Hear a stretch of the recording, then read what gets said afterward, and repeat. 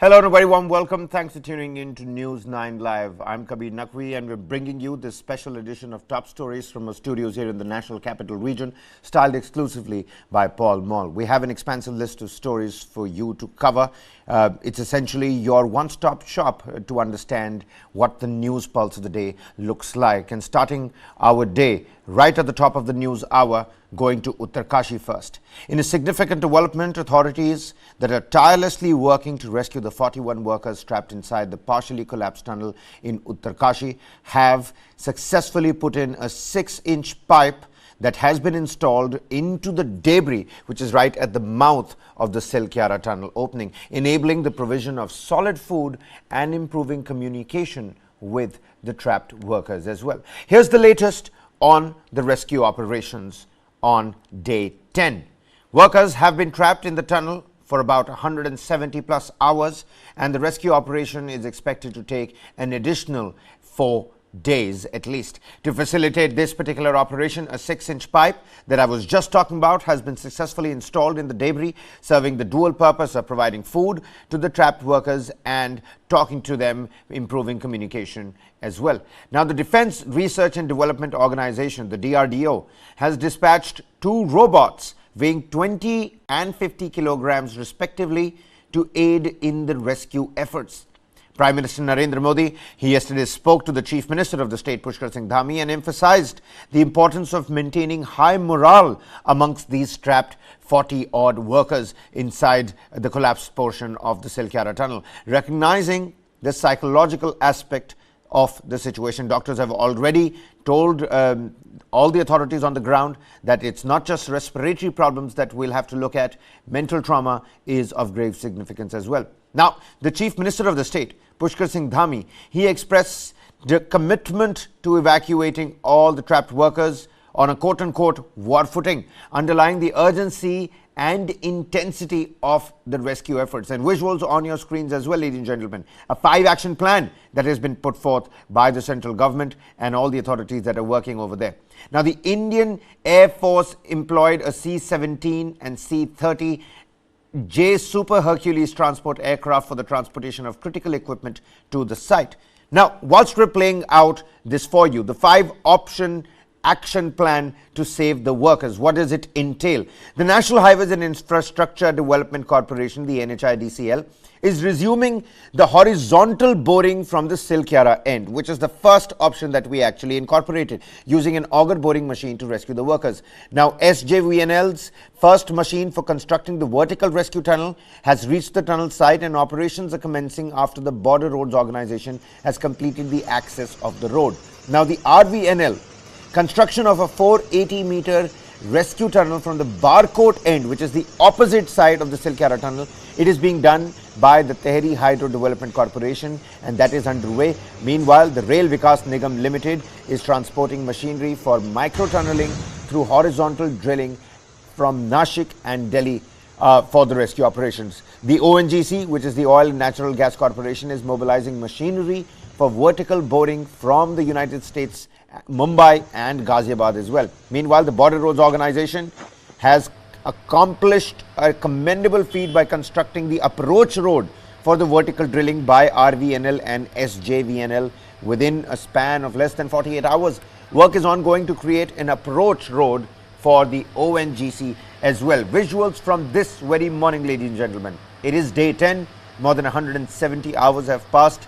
According to the National Highway Minister, there is ample light and space for the trapped workers to move around in that collapsed portion. Meanwhile, let's listen in to some of the reactions that are coming across. We'll also play out some reactions of international tunneling experts that are on their way. A little difficult to catch hold of because of the gruesome task that they're carrying out and the urgency that there is, because time is of grave significance in this situation. This big pipe that you see is the first addition that was made to, well, send in more oxygen. There were tanks, oxygen cylinders inside the collapsed portion as well with the workers. There is a water pipeline. And we're also learning that 2 robots have also been sent in, and these are visuals that are coming across. Now, RVNL and SJVNL are going to bore the tunnel vertically from the topmost point. Now, to carry those drilling machines to the topmost point, an approach road of about 300 odd meters had to be made, which the BRO and the Indian Army made on a war footing within a span of less than 48 hours. Those machines have made their way on the top. The Silkyara mouth tunnel, which was the actual opening of the tunnel, is where the actual drilling process began. And exclusive visuals on your screens. The pictures that you see is of an endoscopic camera that has made its way inside the tunnel. If I'm not wrong, what we're looking at are the pictures of the trapped workers right now inside that you can see on your screens. That's the situation right now. Great to see all the trapped workers standing. Nobody's going through a particularly hefty respiratory problem, and there's a proper contact that has been established. Take a look at that. They are wearing their hard hats. I'm not sure in the last 10 days if those hard hats have come down. If there's anybody on this planet, it's the miners and the tunnel constructors who know that it is a dangerous task when you venture inside a construction project or when you enter inside a mining shaft. Exclusive visuals on your screens that we're getting this very morning of all the trapped workers inside the tunnel. An endoscopic camera is being used for the visuals that you can see. These are the trapped tunnel workers on your screens, ladies and gentlemen. I'm not going to put my neck out and say that they're all hearty and healthy, but they do look, for first pictures that are coming outside of the tunnel of all the trapped workers, 41 to be precise, these pictures look quite positive.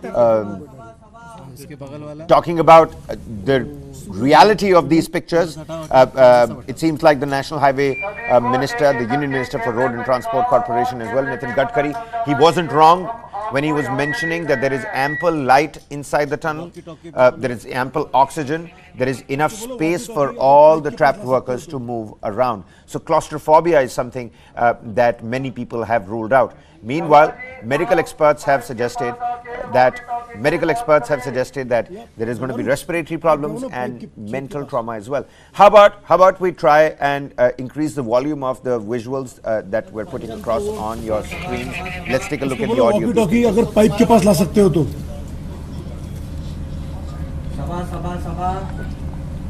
सभा जी आप pipe के पास आके walkie talkie से बात करें। या बंगारू आप जाओ ना पाइप के छेद के पास।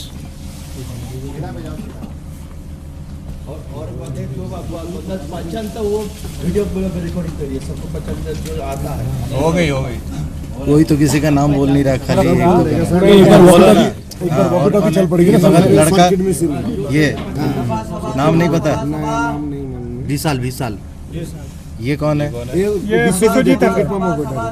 उसके बगल वाला बस हटाओ कैमरा सब हटा दो। सभी को एक एक करके कैमरे पे दिखाओ और कैमरे पे पता चल जाना चाहिए हम आपको यहाँ से देख रहे हैं। वॉकी टॉकी पे बोलो, लगा उसको बोलो walkie talkie. Well, a little interaction of all the local authorities and the rescue personnel that are trying to establish contact with the trapped workers inside, all the media personnel that have been at the opening of the Silkyara tunnel, trying to get us the latest pictures. It is an arduous task, the fact that you want to report with the best pictures and the latest pictures, but having to take into account that there is a much significant task that is at hand and must not disturb that particular process. All the tunneling experts also not very open to speak to the camera as well, all the international experts that have now trickled down. Everybody is speaking highly of the local authorities and all the work that they've been carrying out over here. Same is the opinion of the Chief Minister and the Union Highway Minister. Over here, it seems like a little identification of sorts was being carried out, who's who in that particular tunnel, but they're all standing, they've all come near the camera just to show themselves. Their mental state and situation is of course something that we can't put a finger on right now, but most of them standing, can't see anybody sitting down or looking unwell or ill at this point in time. Enough space, enough light, quite clearly the pictures are telling us that the trapped workers right now seem to be in a more positive condition than many were thinking at this point in time. When you put the stark figures of 170 plus hours, 10 days being stuck inside this particular portion, it's a collapsed tunnel after all. Look at the magnanimity and the danger of this incident. Some reactions that we were talking about, let's play those out and we'll come back to these pictures again. जैसा कि inform किया गया 41 लोग अंदर हैं जो safe है, उनको खाना की सामान भी अंदर पाइपलाइन एक छोटी उसके तहत मुहैया करवाई जा रही है, बिजली की सप्लाई दी जा रही है और लॉजिस्टिक की अभी कोई दिक्कत नहीं है, उनकी सेफ्टी अभी जो इंश्योर की गई है तो सेफ है। और एजेंसी NHIDCL जो इस पे काम कर रही है, तो जो एक्सपर्ट्स भी अब इकट्ठे हो गए और भी लोगों से इनसे ओपिनियन लिया जा रहा है, तो जो बेस्ट पॉसिबल है उस तरह से हम रास्ता बनाकर उनको बाहर निकालने की कोशिश कर रहे हैं। तो इसमें बेसिकली अभी टेक्निकल काम है जो हैवी मशीनरी और एक्सपर्ट्स का काम है, तो NDRF फ्रंट में नहीं है, लेकिन हमारी इन एक्सपर्ट्स और एजेंसीज के साथ निरंतर हम कांटेक्ट में, हमारी 2 टीम वहां पर डिप्लॉयड है, शिफ्ट से वो इनके साथ वहां पर स्थिति का भी मुआयना कर रहे हैं। दूसरा, अगर इस तरह का एक्सेस पाइप के थ्रू या ड्रिल करके कोई भी एक्सेस बनाया जाता है तो उसमें NDRF किस तरह से टीम हमारी एक्सपर्ट्स अंदर जाएंगे, उनको निकालेंगे, उसकी भी प्लानिंग और ट्रेनिंग और एग्जीक्यूशन ऑलरेडी हम ग्राउंड पर कर रहे हैं। Well, so that was a reaction that has in fact come across now. It is day 10. All the machines are working. The rescue process is currently underway. I was talking about the 5-point action plan. Now the 5-option action plan, it does incorporate a couple of ways and places from which the rubble is going to be drilled in. It's not just going to be one escape and exit point for these trapped workers. There's going to be one being done vertically by the RVNL and the SJVNL. From the top, it's going to be a vertical bore. From the Silkyara mouth is where the actual rescue operations began, and they will continue from there. Meanwhile, from the Borkatit side, which is the opposite side of the Silkyara mouth of the tunnel, another drilling process, and all the machines for that has also been deployed. They've made their way to the Borkat tunnel opening site, even as aid and relief way continues to go in. Now, international tunneling expert Arnold Dix, he reached the Silkyara tunnel site and expressed confidence in the ongoing rescue efforts. Visuals of Arnold Dix over there speaking to the local authorities as well. Let's listen in to what the international tunneling expert had to say for all the work that has already been done for the past 8 or 9 days. President of the International Tunnelling and Underground Space Association, and all of our members all around the world are supporting here. I'm supporting here. We're going to get those men out. What I've seen, seriously, what I've seen, there are great works being done. This is going to happen, and look, we're on it, and that's what we're here. And there's a whole team of us here, and we're going to find a solution, and we're going to get them out. And what's your observation, sir? You visited just inside of tunnel. Yeah, even since yesterday, a lot of work has been done, and it's really important that not only are the men rescued, but also the men that are rescuing are safe. And you are going to top height of tunnel, sir? Yeah, going there now to have a look. Yeah. So how many members along with you? So we have, oh gosh, I can't even estimate. We've got people. The whole world is assisting. You are discussing with the government of India? Yes, the whole world is helping, and the team here are fantastic, absolutely fantastic. The real experts on this geology here are here. They're here in the Himalayas. Rescue operation will be start from. I can't comment on the rescue operation. All I can tell you is the plans are looking fantastic. So what is the situation inside of tunnel? Tunnel's good. Yeah, tunnel's good. The work's going on, and it's very systematic. The men are all doing a fantastic job. I've seen where the food and the medication and the air and everything is being put through. The men who are doing that are safe. Everything's okay. And what's your opinion about vertical drilling from the top height of tunnel? We're going to have a look. Let us go have a look. I can talk to you about that later.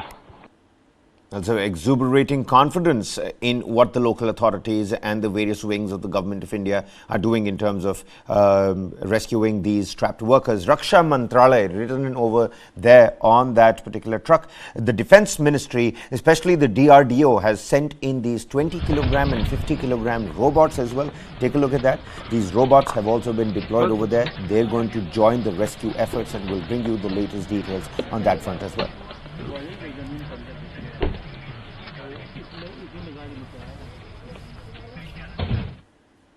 Shifting our focus here and moving on, rape convict Dera Sacha Sauda chief Gurmeet Rahim Singh has once again been granted parole, the third time this year. He is serving a 20-year jail term over rape of 2 women at his ashram in Sirsa in January. In January, the Dera chief was granted about 40 days of parole. During the parole period, Rahim was seen celebrating by cutting a cake with a sword. Let's not forget the various music videos that he has been releasing every time he is out on parole. In October last year, he was granted a 40-day parole again. Now, Rahim has been released from jail on parole on 5 separate occasions for different reasons, including his appeal to visit his ailing mother as well. Rahim was out on a month-long parole in June last year. In addition to being out on parole in October and June, the rape convict was out for 3 weeks furlough in February last year as well. The frequent paroles granted to him has drawn flack in the past. This parole amounts to the 6th time Rahim will walk out of prison in the last 20 months alone. This is also the 8th parole to him in about 3 years. Now, parole means the release of a prisoner either temporarily for a special purpose or completely before the expiry of a sentence on the promise of good behavior. A furlough, on the other hand, is a short-term temporary release of convict from the jail.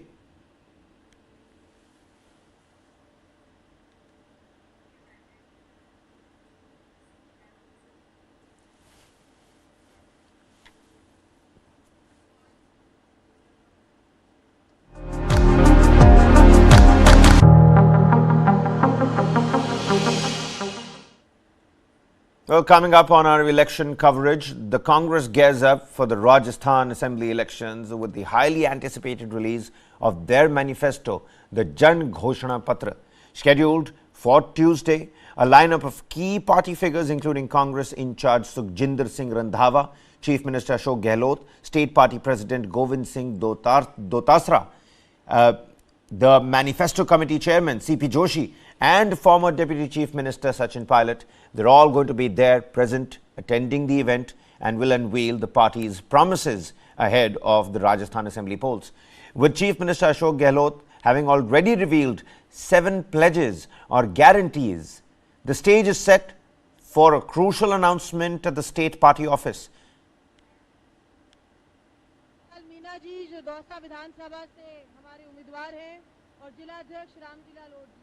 Now, Congress's 7 guarantees are on your screens, ladies and gentlemen. An annual honorarium of rupees 10,000 to women heads of various families. The LPG cylinders for rupees 500 to 1.05 crore families. That has been guaranteed and promised by Ashok Gehlot.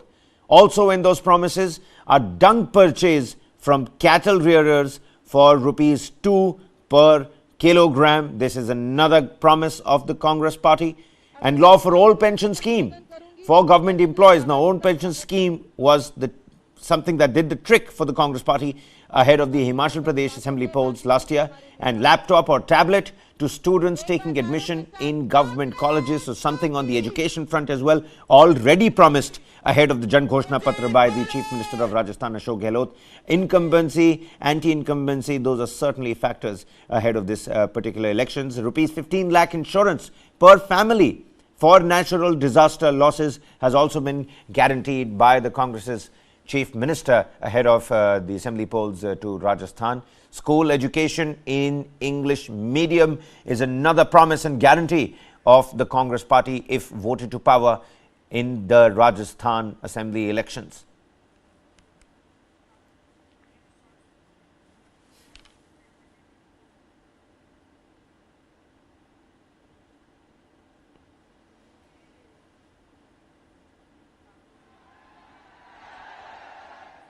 And shifting our focus here, a security force personnel and his driver were shot dead by suspected members of the Imphal Valley-based terror groups.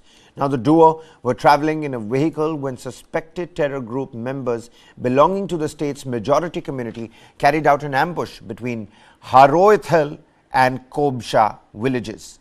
One of the deceased was working with the India Reserve Battalion as well. The incident took place in an area adjacent to the Singh Dam, which has become a hotspot for insurgent groups to target tribal community members during the ongoing ethnic violence in the northeastern states. Let's not forget, this is an India Reserve Battalion personnel. This is a security force personnel and not the first one that has been shot dead in Manipur. The ongoing ethnic strife in Manipur has been continuing since the 3rd of May. It has been more than half a year, but there is no downside to the fighting. It is happening in various pockets, in various places. This one right here, again, a tragic information that's coming out of ethnic strife-torn Manipur, where a security force personnel and his driver that was shot dead, this by suspected tribal terror groups and insurgents in that particular area. And moving on, take a look at this. The central government has informed the Supreme Court that 28 states and union territories have appointed nodal officers in compliance with its guidelines to prevent mob violence and lynching following hate speech incidents. The Ministry of Home Affairs has filed a status report on a batch of petitions seeking directions to prevent, curb hate speech. The top court has been hearing a batch of pleas seeking steps to be taken against hate speech incidents. Now, the Supreme Court, back in the year 2018, had issued a slew of guidelines for the centre and the state governments to control and prevent the increasing number of hate crimes, including mob violence and lynching, along with hate speeching.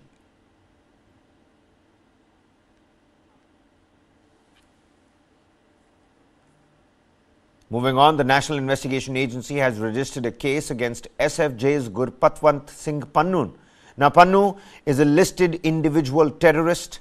The case was filed over his latest viral video threatening the passengers flying Air India Airlines with a global blockade and a closure of operations of the airline from the 19th of November.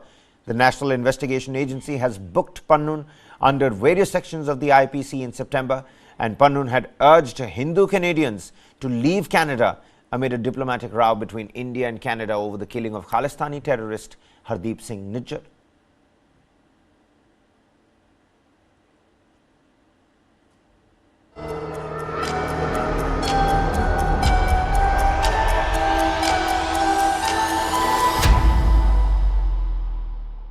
The following content may contain visuals that are disturbing, graphic, or sensitive in nature. Viewer discretion is advised.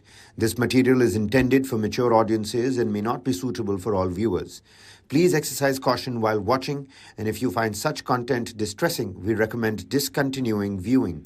This disclaimer is provided to ensure awareness and to prioritize viewer well-being. Well, moving on to our segment on that conflict in West Asia. The war between Israel and Hamas has entered its 46th day. There is no end to the fighting. Israel is now looking to expand its operations in southern Gaza even more, whilst a deal to release the hostages seems close this time around. Let's take a look at the top developments coming from the war front. Now, military ops at the Indonesian hospital in complete compliance with international law. This is what the IDF has put out and said. 100 patients were evacuated from the Indonesian hospital as per the Gazan health official and ministry. Meanwhile, 28 newborns have been transferred to Egypt from Gaza's Al-Shifa via the Rafah crossing. Unparalleled and unprecedented. These are the words of the UN Secretary General on the deaths in Gaza. Meanwhile, the World Health Organization official Michael Ryan warns of possible breakout of epidemics inside the Gaza Strip. A deal is near to secure release of hostages held in Gaza. This is coming out of the White House as Joe Biden is pressurizing Netanyahu to get onto that deal as well. Qatari mediators in the mix as well. Red Cross president has met Hamas's leader in Qatar. And Yemen's Houthis have released a video of the Red Sea hijacking of a cargo ship. Meanwhile, fighting continues across the Israel-Lebanon border, and over 13,000 Palestinians have been killed in the war so far. Over 5,000 are children.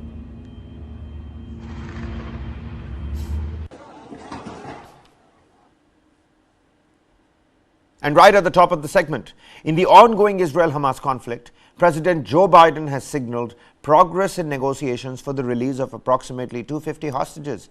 The discussions, mediated by Qatar, began right after that deadly attack by Hamas, marking a tragic day in Israel's history. Now, while the proposed deal involves exchanging about 50 hostages for a 3-day ceasefire, facilitating increased emergency aid to reach Gaza's civilians, the White House and Israeli officials initially denied the existence of a finalized agreement. However, they have acknowledged progress in the talks.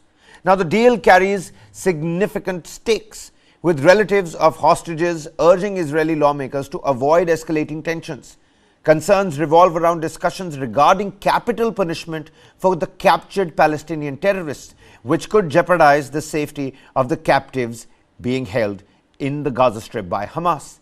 On the other hand, Israeli Prime Minister Benjamin Netanyahu met with his war cabinet and the relatives of the hostages held by Hamas during the October 7th attack. The meeting, held in Kiryat military base in Tel Aviv, faced disruptions as some family members were denied entry. Now, following the meeting with Israel's war cabinet, family members of some hostages expressed being very disappointed as well. So today, I think you know Secretary Austin is in Kyiv to meet with Ukraine's leaders. I know this is of great interest to all of you. I just want to let you know we're still working this hour by hour. I do not have an update for you on the hostage deal that we're trying to negotiate. But as you heard the Deputy National Security Advisor say yesterday, we believe we're closer than we've ever been. So we're hopeful. But there's still work to be done, and nothing is done until it's all done. So we're going to keep working on this. We're also working to increase the flow of life-saving humanitarian assistance, food, water, medicine.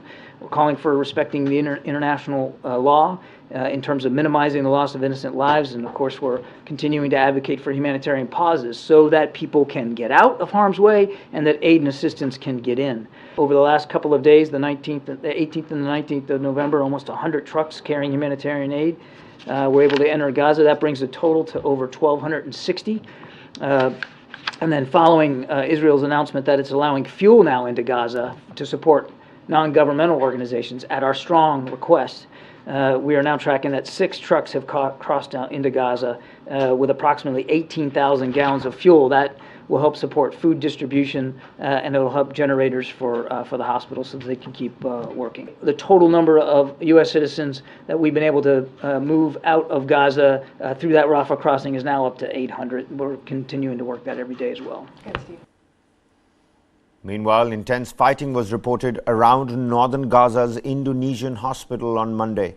The Israeli tanks surrounded the hospital after artillery fire claimed the lives of at least 12 Palestinians in the complex. According to the pictures on your screens, those are the tanks that are now surrounding the Indonesian hospital in North Gaza. According to reports, a shell struck the second floor of the hospital, killing at least 12 people. The hospital's director, Dr. Marwan Al-Sultan, told that operative care department was hit and troops were only about 20 meters away. The Israeli forces said that the target was the terrorists who had opened fire at them from within the hospital building.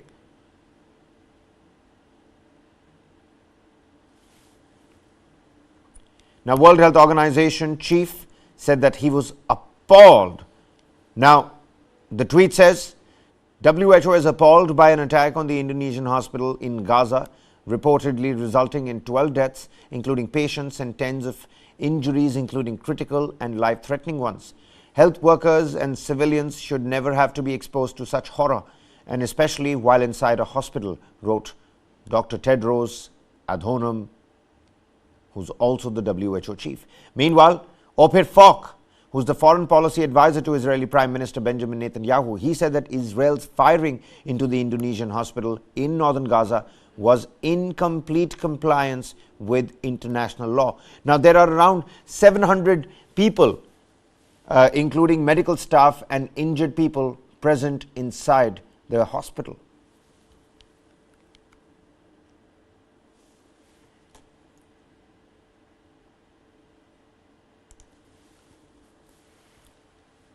And talking about hospitals, on a positive note, a field hospital sent by Jordan has entered the Gaza Strip. This is the first field hospital since the war between Israel and the territory's rulers, Hamas, erupted on the 7th of October. Now, the Jordanian field hospital has entered the Gaza Strip with 40 trucks loaded with equipment, along with 180 personnel consisting of doctors, nurses and administrators. The containers arrived in Gaza through the Rafah border crossing with Egypt. A UAE delegation is currently preparing to establish another medical facility inside the Gaza Strip as well. Visuals on your screens of the 40 trucks loaded with equipment, about 180 personnel that has made its way inside Gaza, sent by Jordan. This is the Jordanian field hospital, ladies and gentlemen. Many people on the sidelines that you can see already were heard screaming and heaping praises on Jordan for sending in the field hospital, which again notably is the first since the war began. But talking about international diplomacy around the humanitarian crisis that's taking place in shape inside the Gaza Strip, leaders from BRICS nations are slated to convene an emergency video conference on the 21st of November, tackling the pressing West Asian situation with a specific focus on the Gaza Strip. Russian President Vladimir Putin is expected to join the discussions as South Africa takes charge of the rotating BRICS presidency. Now, the statement reveals that leaders from the original BRICS quartet, which is Brazil, Russia, India and China, will gather under South Africa's presidency for this pivotal virtual meeting. Additionally, leaders from the newly included BRICS nations, that is Saudi Arabia, Argentina, Egypt, Ethiopia, Iran and the United Arab Emirates, have received invitations for the emergency summit, the conference, the virtual conference as well. Following an opening address by President Cyril Ramaphosa, representatives from BRICS and the invited states will present statements shedding light on the ongoing humanitarian crisis in Gaza. Now, notably, Chinese President Xi Jinping has accepted the invitation from President Cyril Ramaphosa to partake in this extraordinary virtual summit on the Palestinian-Israeli issue. President Xi Jinping will deliver a remark from Beijing.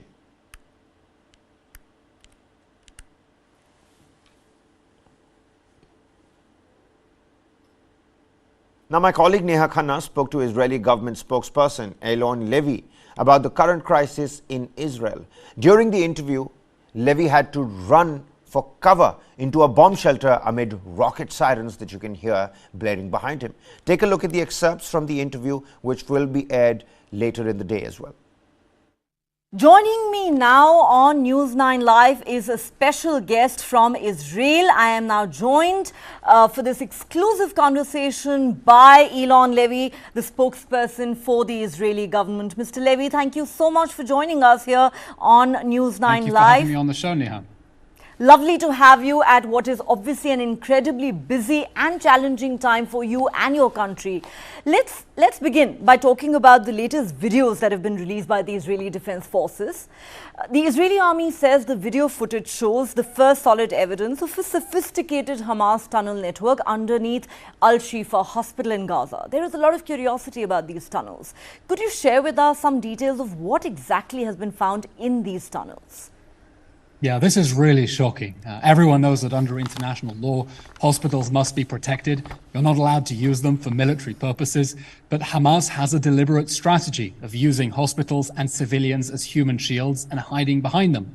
Now, for the last month, we've been warning that the Shifa hospital in Gaza was in fact Hamas's main headquarters, that they were hiding in the basement, hiding in the tunnels under that hospital. And now the evidence is plain for all to see. Yesterday, the IDF released a video showing a tunnel shaft 10 meters deep. There's a spiral staircase. And at the bottom of the staircase is a 55-meter-long tunnel. And at the end of that tunnel is something you don't find in most hospitals. It's a blast door with a firing hole in it. Hamas has, in complete violation of international law and morality, been hiding underneath hospitals, been using ambulances to transport its terrorists. We have a rocket siren. I have to go, I'm afraid. Mr. Levy, we're relieved to have you back. Are you safe? Is your entire team safe? What just happened there? Yes, this is the third time I've had to interrupt a news interview because of a missile attack on Tel Aviv. And this time we just had a massive barrage at the whole of central Israel that forced 2 million people to run into their rocket shelters. When terrorists from the Gaza Strip fire rockets at Israel, we in Tel Aviv have a minute and a half to run for safety. We all hear a rocket siren and you have to get into an underground rocket shelter if you can. If you don't have an underground rocket shelter, you need to stand in the stairwell. And if it catches you outside, you have to lie on the ground with your hands above your head. Since the beginning of the war with Hamas on October 7th, with the massacre, we've had over 10,000 rockets that have been fired at Israeli towns at all hours. Unfortunately, we're used to this. But of course, every time that there is a rocket attack like that, it scares a lot of people. Sometimes we're not able to shoot down those rockets and they end up hitting a building and even causing loss of life and killing people.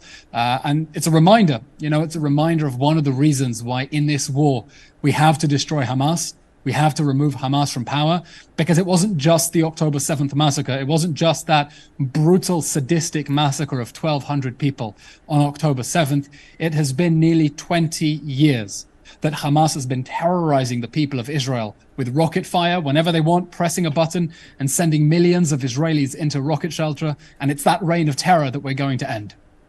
Well, that has got to be scary, and we're glad that you're safe. 10,000 rockets have been fired at Tel Aviv since the 7th of October. Typically, at the whole of Israel, from Gaza. At all of Israel. Typically, how often does this happen in a single day when you have to run into a bomb shelter? There have been days where we've had to run a few times into bomb shelters. At the moment, because the Israeli army has taken over Gaza City, we've pushed the Palestinian terrorists south in the Gaza Strip, and that means that most of their 75-kilometer rockets, Tel Aviv is no longer in range. But we know that they've spent years preparing for this war, with so much Iranian money that has been poured into Hamas's war machine instead of civilian needs inside Gaza. So they're prepared, and they have very long-range rockets that can be fired at us at any hour they want. And that's what we're determined to end, so that they can terrorize our people no longer. In every round of conflict with Hamas, Israel says there is no country in the world that would tolerate terrorists being able to fire rockets at its cities. And every conflict ends with a ceasefire, and then 6 months later, a year later, Hamas starts shooting rockets. No, enough is enough. This time it ends. This time the war will end with Hamas and the Gaza Strip no longer able to pose a security threat to the people of Israel. Meanwhile, displaced Palestinians in Khan Yunis were busy securing tents and cooking on outdoor wood stoves. Palestinians residing in the Jabalia refugee camp shared how last 2 days were especially tough for them. The harsh weather with wind and rain caused tents to collapse, leaving people soaked.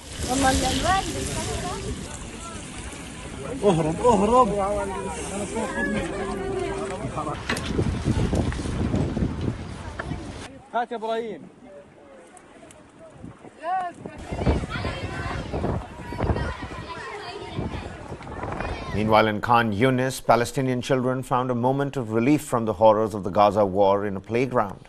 The sounds of laughter and delight filled the air as the youngsters played on swings and slides. However, the grim reality of the ongoing conflict is never far away. The toll on children is staggering, with nearly 5,000 young lives that have been lost out of the 13,000 Palestinians that have been killed since the October 7th attack, according to Gaza's health ministry. Palestinians in the besieged strip are facing dire conditions, reporting shortages of basic supplies like diapers, baby formulas, and food. Hundreds of thousands, including displaced children, moving from northern Gaza to the south, seek shelter in UN schools but have limited access to essential needs.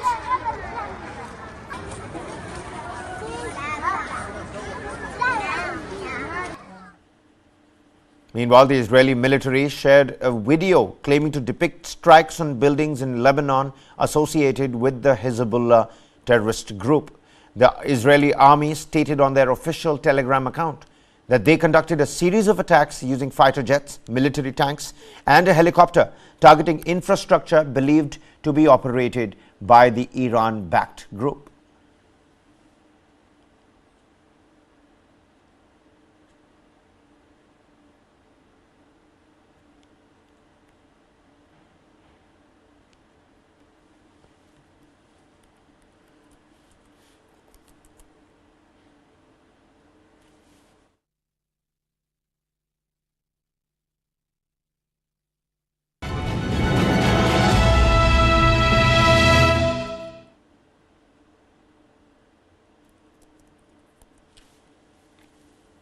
Well, next up coming is our segment on global climate change, stories that we must talk about as well, and shifting our focus to the Dominican Republic, where more than 24 people are dead on the island of Hispaniola, shared by Haiti and the Dominican Republic after torrential rainfall over 3 days created severe flooding, downed trees and power lines, and devastated at least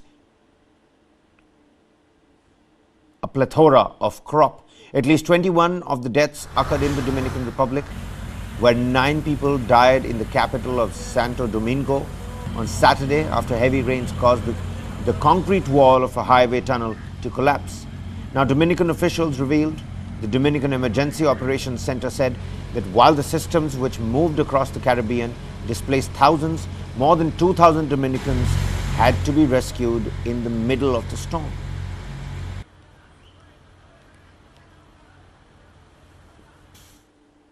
And take a look at this.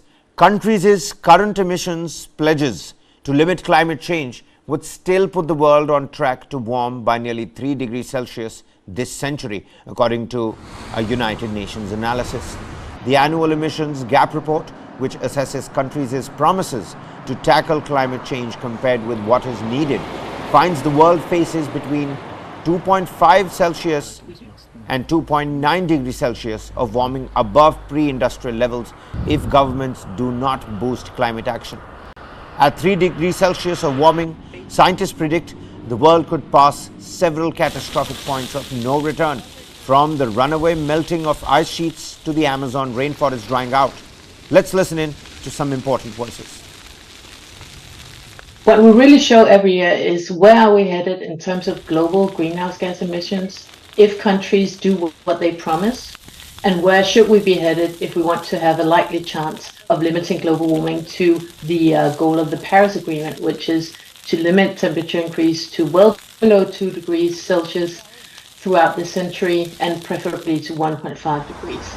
So the report shows the discrepancy between where we're headed with current pledges, current promises by countries, and where we should be headed. And take a look at this important update. Prime Minister Rishi Sunak was quoted as saying that the government should just let people die during the COVID-19 pandemic rather than impose a second national lockdown. Now, the inquiry into how Britain handled the crisis is being observed. Take a look. British Prime Minister Rishi Sunak reportedly said the government should, quote, just let people die during the COVID-19 pandemic rather than impose a second lockdown. That's according to Patrick Vallance, who testified on Monday as part of an inquiry into how Britain handled the crisis. Vallance was the government's chief scientific advisor during the pandemic. He made a note in his diary on October 25, 2020, about a meeting involving then Prime Minister Boris Johnson and Sunak, who was finance minister. The diary entry recorded how Dominic Cummings, Johnson's most senior advisor at the time, relayed to Vallance what he said he heard at the meeting. Vallance quoted Cummings in his diary as saying, quote, Rishi thinks just let people die and that's okay. This all feels like a complete lack of leadership. A spokesperson for Sunak said the Prime Minister would set out his position when he gives evidence to the inquiry. Previous evidence has shown Sunak was branded as Dr. Death by one science advisor for his policy in the summer of 2020, encouraging Britons to eat at pubs and restaurants. Senior officials have repeatedly said the government was unprepared for the pandemic. More than 220,000 people died in Britain, and large sections of the economy were shut down. The inquiry is set to run until the summer of 2026. And with that, it's a wrap on this edition of Top Stories. News and updates continues on the other side. Keep watching News 9 Live.